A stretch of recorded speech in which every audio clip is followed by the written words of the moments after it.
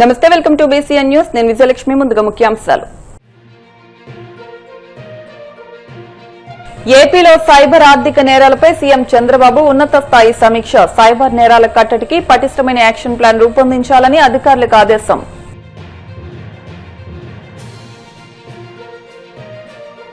MSME IPO అవగాహన సదస్సులో పాల్గొన్న మంత్రి కొండపల్లి శ్రీనివాస్. రాష్ట్రంలో పరిశ్రమల స్థాపనకు ప్రభుత్వం వినూత్నమైన చర్యలు చేపడుతోందని వెల్లడి. చంద్రబాబు దుబారా ఖర్చులను తగ్గించడం అమరావతి నుంచే మొదలు పెట్టాలి. తీవ్రస్థాయిలో విమర్శలు గుప్పించిన మాజీ మంత్రి సాకే శైలజానాథ్. తిరుమల శ్రీవారిని దర్శించుకున్న ప్రముఖ సినీ నటుడు చరణ్ రాజ్. ఆలయ మర్యాదలతో స్వాగతం పలికిన అధికారులు. రాష్ట్రంలో పెరిగిపోతున్న సైబర్ ఆర్థిక నేరాల నియంత్రణపై ముఖ్యమంత్రి చంద్రబాబు ప్రత్యేకంగా దృష్టి సారించారు. ఈ నేరాల కట్టడికి పటిష్టమైన యాక్షన్ ప్లాన్ రూపొందించడమే లక్ష్యంగా సచివాలయంలో ఆయన ఉన్నత స్థాయి సమీక్షా సమావేశం నిర్వహించారు. రాష్ట్రంలో సైబర్ నేరాల తీవ్రత, వాటిని అరికట్టేందుకు తీసుకుంటున్న చర్యలపై అధికారులతో సుదీర్ఘంగా చర్చించారు. ఈ సమావేశంలో ఆర్థిక మంత్రి పయ్యావుల కేశవ్, డీజీపీ హరీష్ కుమార్ గుప్తా సహా పలువురు ఉన్నతాధికారులు పాల్గొన్నారు. రాష్ట్రంలో పరిశ్రమల స్థాపనకు మరింత సులభతరం చేసేందుకు ప్రభుత్వం వినూత్నమైన చర్యలు చేపడుతోందని మంత్రి కొండపల్లి శ్రీనివాస్ పేర్కొన్నారు. ఎంఎస్ఎంఈలకు మూలధన మార్కెట్ అవకాశాలపై అవగాహన కల్పించేందుకు national stock exchange, AP MSME development corporation, CII సంయుక్తంగా విజయవాడలో నిర్వహించిన ఎంఎస్ఎంఈ ఐపీఓ అవగాహన సదస్సులో ఆయన ప్రసంగించారు. 5 ఏళ్లలో 20 లక్షల ఉద్యోగాలు సృష్టించాలనే ఏకైక ఎజెండాతో ప్రభుత్వం పనిచేస్తోందన్నారు. సుదీర్ఘంగా ప్రజల మధ్య ప్రయాణం చేస్తున్నప్పుడు రాష్ట్రానికి ప్రధానంగా ఉన్నటువంటి సమస్య ఉద్యోగ కల్పనని ఆయన భావించి 20 లక్షల ఉద్యోగాలు ఈ రాష్ట్రంలో కల్పిస్తానని ఒక మంచి మాట ప్రజలందరికీ తెలియజేసి ఆయన ఒక క్యాబినెట్ గ్రూప్ ఆఫ్ మినిస్టర్స్లో ఒక చైర్పర్సన్గా వ్యవహరించి ఎప్పటికప్పుడు అటు ఎంఎస్ఎంఈని అలాగే అదర్ డిపార్ట్మెంట్స్ని గైడ్ చేస్తూ ఈరోజు ఇండస్ట్రీస్ని ఇక్కడ ఆంధ్రప్రదేశ్లో స్థాపించడానికి చాలా సింప్లిఫైడ్ మెకానిజంలో తీసుకున్నటువంటి గౌరవ మంత్రివర్యులు నారా లోకేష్ గారికి ప్రధానంగా ఈవెంట్ రావడానికి నేను ఆయనకి ప్రత్యేకమైన ధన్యవాదాలు తెలియజేసుకుంటూ, మరి అలాగే ఈ ఈవెంట్ని ఆంధ్రప్రదేశ్లో స్టాక్ ఎక్స్చేంజ్కి అంటే ఎస్ఎంఈ ఐపీఓస్ని ఎస్టాబ్లిష్ చేయాలి, ఒక అవేర్నెస్ ప్రోగ్రాం పెట్టాలి. సుదీర్ఘంగా ఒక 6 నెలల నుంచి నేను ఎప్పటికప్పుడు కృష్ణదేవరావు గారిని ఎప్పుడు ఢిల్లీ వెళ్ళినా కూడా ఆయన టీంకి ఎప్పుడు కూడా మాట్లాడుతున్నారు.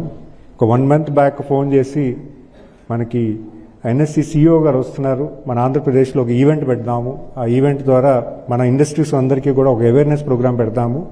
బికాజ్ రీసెంట్గా లాస్ట్ ఇయర్లో ఎంపీ గారు చెప్పినట్టుగా 290 ఎస్ఎంఈ ఐపీఓస్ని ఎస్టాబ్లిష్ చేస్తే సుమారు 10,000 కోట్ల ఫండింగ్ ఎస్ఎంఈస్కి రైజ్ చేయడం జరిగింది. కానీ మన ఆంధ్రప్రదేశ్ నుంచి చాలా లిమిటెడ్గా ఉంది.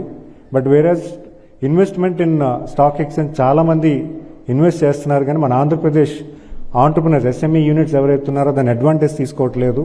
సో ఖచ్చితంగా ఇది పబ్లిక్కి తెలియజేయాలని ఆయన సుదీర్ఘ ప్రయాణంలో నాకు ఇచ్చినటువంటి సలహా మేరకు ఈవెంట్ పెట్టినందుకు మరి లావు కృష్ణదేవరాయలకు ప్రత్యేకంగా ధన్యవాదాలు తెలియజేసుకుంటూ, ఒక క్లస్టర్ తీసుకొచ్చి ఒక లార్జ్ ఇండస్ట్రీ తీసుకొచ్చి ఆ లార్జ్ ఇండస్ట్రీస్కి అసోసియేటెడ్గా స్మాల్ ఇండస్ట్రీస్ కూడా పెట్టడం జరుగుతుంది. అంటే ఆ స్మాల్ ఇండస్ట్రీస్ కూడా ఇదే ఎంఎస్ఎంఈ పార్క్స్లో క్లస్టర్ అప్రోచ్లో తీసుకువెళ్ళి అక్కడ కామన్ ఫెసిలిటీస్ డెవలప్ చేస్తే అక్కడ ఉన్నటువంటి ఇండస్ట్రీస్ ప్రోడక్ట్ మ్యానుఫ్యాక్చరింగ్ కాస్ట్ కూడా రెడ్యూస్ అవుతుంది.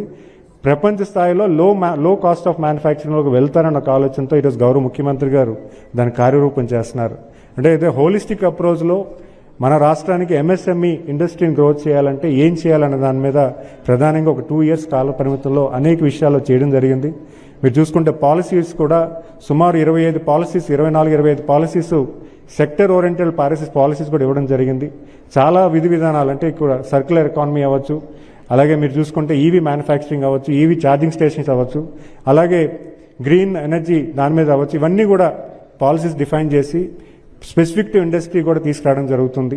మరి అంతేకాకుండా AP Andhra Pradesh CDP program, cluster development ప్రోగ్రాంలో కూడా సుమారు 300 కోట్లు ఇచ్చి ఎవరైతే క్లస్టర్ కామన్ ఫెసిలిటీ సెంటర్స్ పెడతారో వాళ్ళకు కూడా ఒక 10 crores వరకు ప్రాజెక్టు 90% గ్రాంట్ కింద కూడా ఇవ్వడం కూడా జరుగుతుంది. అది కూడా రేపు 25th March కూడా అది కూడా లాంచ్ చేయడం జరుగుతుంది. మరి అలాగే ఇప్పుడు ఉన్నటువంటి పిఎంఈజీపీ, పిఎంఎఫ్ఎంఈ అలాంటి ఏదైతే స్కీమ్స్ ఉన్నాయో, అలాగే chief minister entrepreneurship development program అది కూడా రేపు మే 25వ తారీఖున గౌరవ ముఖ్యమంత్రి గారి చేతుల మీద లాంచ్ చేసి సుమారు 200 కోట్లు ఈ ఆర్థిక సంవత్సరంలో కూడా బడ్జెట్ ఇవ్వడం జరుగుతుంది. అంటే ఆంటర్‌ప్రెన్యూర్‌షిప్ని ఎంకరేజ్ చేస్తూ ఏం చేయాలన్నది గౌరవ ముఖ్యమంత్రి గారు ఆలోచన చేస్తూ కార్యరూపం చేస్తున్నారు.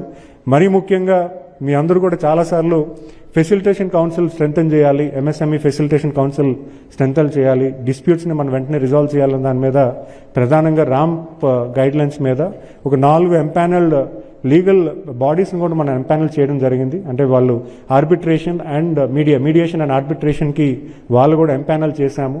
ఇప్పుడు ఆన్లైన్ డిస్ప్యూట్ రిజల్యూషన్లో ఎవరు చంద్రబాబు దుబారా ఖర్చులకు అమరావతి రాజధాని నిర్మాణమే బెస్ట్ ఎగ్జాంపుల్ గా చెప్పవచ్చని, ఇక్కడ ఒక్క సెక్రటరియట్ నిర్మాణానికి చేసిన ఖర్చుతో తెలంగాణలో 15 సెక్రటరియట్లు, 6 పార్లమెంట్ భవనాలు కట్టొచ్చని మాజీ మంత్రి సాకే శైలజానాథ్ విమర్శించారు. తాడేపల్లి వైసీపీ కేంద్ర కార్యాలయంలో ఆయన మీడియాతో మాట్లాడుతూ చంద్రబాబు దుబారా ఖర్చులను తగ్గించడం అమరావతి నుంచి మొదలు పెట్టాలని, కొత్త అసెంబ్లీ, సెక్రటరియట్, హైకోర్టు కట్టే ఆలోచన విరమించుకుని ఉన్న వాటిలోనే కొనసాగడం రాష్ట ఆర్థిక ప్రగతికి మంచిదని సూచించారు. ప్రధాని మోడీ సలహాని నిజాయితీగా పాటించే పనైతే ఆచరణ సాధ్యం కాని అమరావతి నిర్మాణాన్ని ఇక్కడితే ఆపేసి జగన్ ప్రతిపాదించిన మావిగాన్ ఐడియాతో ముందుకు పోవాలని కోరారు.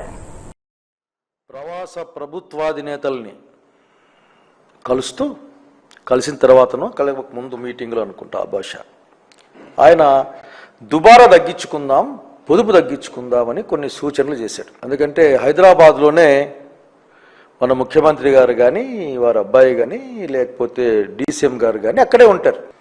వారి ఇంటికి కూడా వెళ్ళాడు ప్రధానమంత్రి గారు. ఒక ప్రధానమంత్రి గారు ఒక రాష్ట్రాధినేత ఇంటికి పోవాల్సి వస్తే రాష్ట్రంలో పోవడం గౌరవం, మర్యాద. అట్లా కాకుండా తమే వేరే రాష్ట్రంలో ఉండి ఆ రాష్ట్రాన్ని పిలుచుకోవడం ఏ విధమైన మర్యాద నాకు తెలియదు, కానీ బహుశా ఏ విధమైన పొదుపు కూడా నాకు తెలియదు. కానీ నేను అనుకుంటా ఉన్నాను, ఇక్కడ దాకా వస్తే ప్రధానమంత్రి గారికి పెట్రోల్ ఖర్చు పెరుగుతుంది కాబట్టి అక్కడే కల్పించుకున్నారేమో నాకు అనుమానం వస్తుంది. ఇప్పుడు వస్తుంది, ఇంతకుముందు లేదు. అట్లాగే ఈరోజు ముఖ్యమంత్రి గారు కూడా మాట్లాడుతూ 2-3 రోజుల్లో నేను ప్రకటిస్తాను, కార్యాచరణ ప్రకటిస్తాను.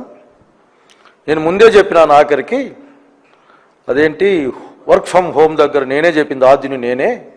బహుశా కరోనా కూడా నా వల్ల వచ్చిందని చెప్పలే, సంతోషం. ఎందుకంటే కరోనా తర్వాతనే ఈ వర్క్ ఫ్రమ్ హోమ్ అనే కాన్సెప్ట్ పెద్ద ఎత్తున జనంలోకి వచ్చింది. అట్లాగే నేను చాలా చెప్పాను అవన్నీ. బహుశా ఇవన్నీ కూడా నరేంద్ర మోడీ గారికి ఎన్డీఏ భాగస్వామిగా చంద్రబాబు నాయుడు గారు చెప్పి ఉంటారేమో అని ఈ రాష్ట్ర ప్రజలు అభిప్రాయపడతా ఉన్నారు. చెప్పడమేనా లేకపోతే ఏమన్నా దాన్ని చేసేది ఏమేదో ఉన్న ప్రశ్న కూడా పక్కనే వేసుకుంటా ఉన్నారు. ఈరోజు ఈ రాష్ట్రంలో అనేక విధాలుగా ప్రజలు ఇబ్బంది పడతా ఉన్నారు. ఉత్తరాంధ్ర మొదలుకొని అనంతపురం వరకు కూడా బాధపడని వర్గం అంటూ ఏదీ లేదు. ముఖ్యంగా రైతాంగం తర్వాత దళితులు, షెడ్యూల్ తెగల వాళ్ళు, అట్లాగే వివిధ బీసీ వర్గాల్లో ఉన్న వృత్తి కళాకారులు అందరూ వృత్తి చేసుకుని బతికే వాళ్ళు కూడా అన్ని కులాల వాళ్ళు బాధపడతా ఉన్నారు. ఎప్పటికప్పుడు నిత్యావసర వస్తువుల ధరలు పెరుగుతూ ఉంటే కూడా గట్టిగా అడగడానికి కూడా అసలుకి అర్థం కాక ప్రజలు ఇబ్బంది పడతా ఉన్నారు. కనుక చంద్రబాబు నాయుడు గారు ఈరోజు చెప్పింది కేవలం మామూలుగా ప్రచారం కోసం చాలా మాటలు మాట్లాడతాడు. మా జిల్లాకు వచ్చి ఏం మాట్లాడాడంటే, మొన్న అసలు చెట్లు లేకుండా అనంతపురం జిల్లాలో నేను వచ్చినాకనే చెట్లు వేయించినానని చెప్పాడు. అట్లాగే శ్రీకాకుళానికి వెళ్ళి ఇక్కడ వాన బాగా పడతా ఉంది, ఈ వాన నీళ్లు అనంతపురానికి ఎట్లా పంపించాలో ఆలోచిస్తూ ఉన్నానని చెప్పాడు. అంటే అట్లా చెప్తూ ఉంటారు ఆయన, ఎందుకంటే అప్పుడు థాట్స్ వస్తుంటాయి. ఆ సింధు అనే అమ్మాయి ఏదో ఆ బాల్ ఆటలో గెలిస్తే నేనే అని గజారోహణం, అశ్వారోహణం కూడా చేయించట్లున్నాడు ఇక్కడ ఆఖరికి. కనుక బాబు గారు, దుబారా అన్నది మీ ప్రభుత్వంలో రోజు జరుగుతూ ఉంది. ప్రతి నిమిషము కూడా ఈ రాష్ట్రంలో దుబారా జరుగుతూ ఉందని మీకు తెలుసు. అనేక కారణాల రీత్యా మీకున్న సొంత కారణాల వలన మీరు ఆ దుబారాని ప్రజల కోసం ఖర్చు పెడుతున్నా అని చెప్పి మభ్యపుచ్చే ప్రయత్నం చేస్తూ ఉంటారు. ఈ 2 సంవత్సరాల కాలంలో మీ దుబారా గురించి చెప్పుకుంటూ పోతే అసలు మీ దుబారా గురించి చర్చించడానికే ఒక ప్రత్యేకమైన శాసనసభ సమావేశాలను ఏర్పాటు చేయాల్సిన అవసరం ఉంది. శ్వేతపత్రాలు లాంటి సరిపో, ఒక ప్రత్యేక శాసనసభ సమావేశాలను ఏర్పాటు చేయాలి. విపరీతంగా ప్రచారం చేసుకుంటూ ఉంటారు, కానీ వాస్తవానికి గ్రౌండ్ లెవెల్కి వెళ్తే అక్కడ ఏంది ఉండదు. అనేక ఎగ్జాంపుల్స్ చెప్పుకోవచ్చు. ఈ రోజున అత్యంత దుబారా విషయంగా రాష్ట్ర ప్రజలు, ప్రత్యేకించి రాయలసీమ ప్రజలు ఒకటి రెండు విషయాలను భావిస్తూ ఉన్నారు.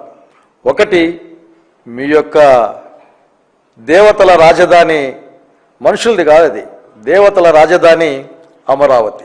దేవతలకైతే సరిపోయిందేమో, మనుషులం కదా, మనుషులు ప్రజలను రాజధానిని కట్టుకోవాల్సిన అవసరం ఉంది. అఫ్ కోర్స్ అమరావతి అనే ప్రాంతం. ఇప్పుడు కాసేపు ప్రకటనలు.